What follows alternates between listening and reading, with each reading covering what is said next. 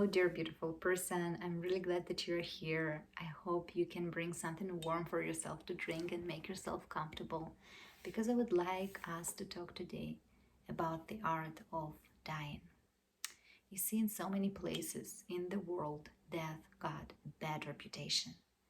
And I see so often that when we begin to experience pessimism, worthlessness, and a general kind of, you can say depressive wave of curling into a ball, wanting to disappear, feeling really down, that we often resist and try to avoid it. So most of the times it happens pretty unconsciously. If you are in a place where you can be conscious of this wave of curling in, I celebrate you. And I want you also to take this moment now to really celebrate your ability to be aware when things are falling apart, when you feel that you're losing interest, that nothing is working, that you're feeling really hopeless. This is incredible to be able to be aware of it, because to do the work that I'm going to suggest and describe, person first of all has to be aware. When we are not aware, it may look good on outside. I may be very active, I may be doing all kinds of things, I may be keeping myself busy and smiling. But then when I'm alone, maybe this few minutes before I go to sleep, or a few minutes in the morning when I only wake up, I can feel lonely and I can feel anxious. And this is something that I'm not sharing with anybody. And then I'm rushing into being busy. So when we are in this state, this is not when we are going to be even coming to information about being present with your emotions of pain. What pain? I don't feel any pain. So I celebrate you if you're at the place where you can be aware. That's incredible. Now, what happens next for so many of us is that in different levels, we are heartbroken and frustrated about feeling down. It's like underneath there is this idea that something is wrong with me and I need to fix it. So that impulse is beginning to kick in. And we may even look for all kinds of remedies, including yoga, therapy, meditation, as a way to stop feeling this unpleasant, down sensation.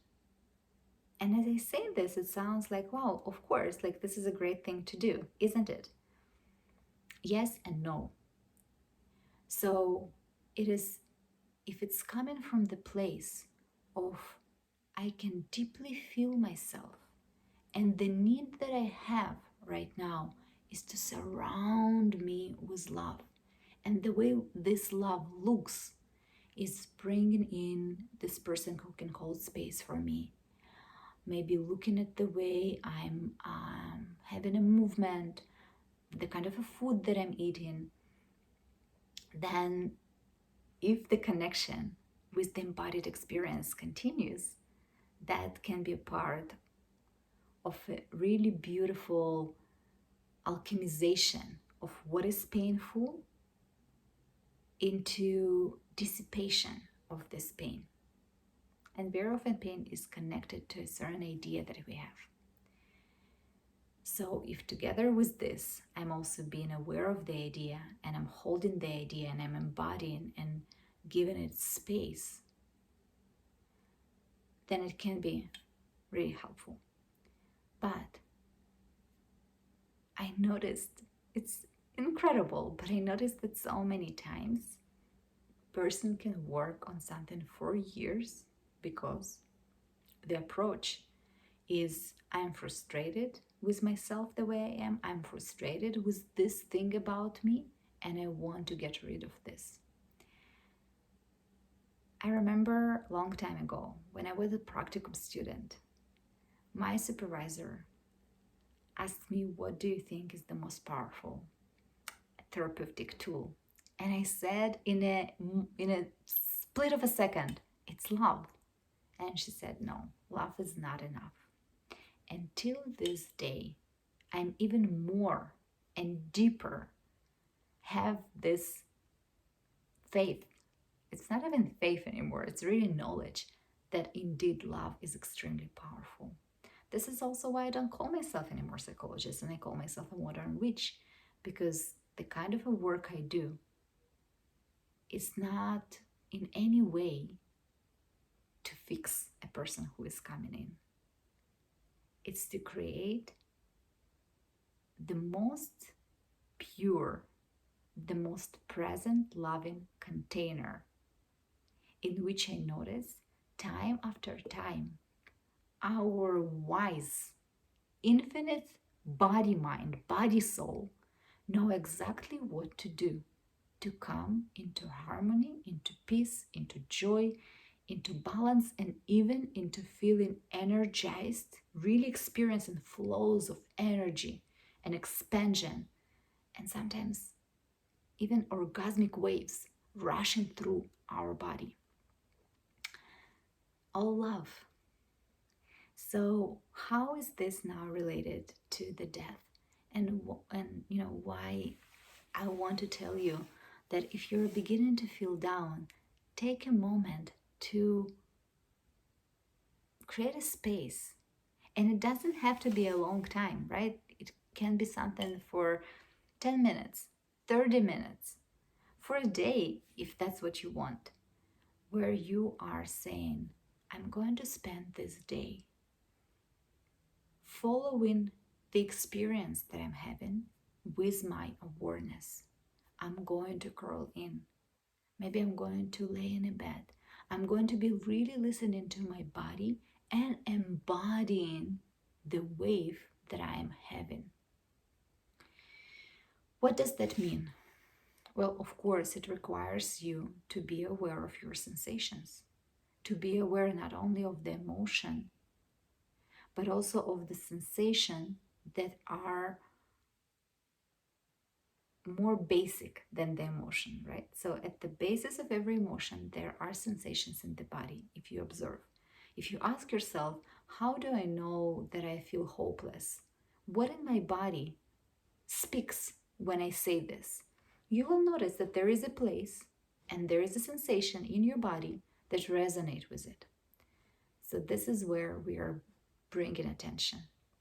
This is also very powerful because the moment you begin to do this, you're plunging all your awareness into here and now. No more story, no past, no future. Your mental is now connecting to your sensational, to your embodied experience. And this is already very powerful. Now, another step, next step that you want to make sure is that you're infusing and bringing in the quality of love, of compassion. So love, it's not pity, right? And the more you kind of investigate what kind of the quality that the place that hurts likes, you will see what is this kind of a shade of compassion that it responds the best to. Often it's not pity, but it is something that is often saying, almost like saying, I'm here, I am with you. In the beginning, it also can be helpful when you begin to develop this awareness to bring a palm of your hand and put it gently and lovingly, the way you would put on a beloved dog or a child or a partner, someone who you really, really love. Put it this way to the place where you feel the painful sensation. And then you continue to observe. This is the third very important step, to continue to observe. This is where I often see why this process of pain dissipation does not necessarily take place if I do not continue to be present. So there might be a moment when you're like, I don't know, I don't feel much, it doesn't seem like something is changing. Stay present and notice your reaction to what you observe. And the moment you notice that there is frustration, that there is something that wants to push it away, that's another opportunity now to wrap this loving presence also around the part that wants to push away, to give it space. Now, maybe to take a look where you feel that part in your body. If you have questions, if it's not very clear what I'm suggesting, please comment and ask. It is, oh my goodness, it has been so helpful to me to be working with this kind of presencing, to be given space to feel, to mourn, to die, and continue the presence, that I really want you to experience this as well. Have a beautiful day or evening, and I hope to hear from you.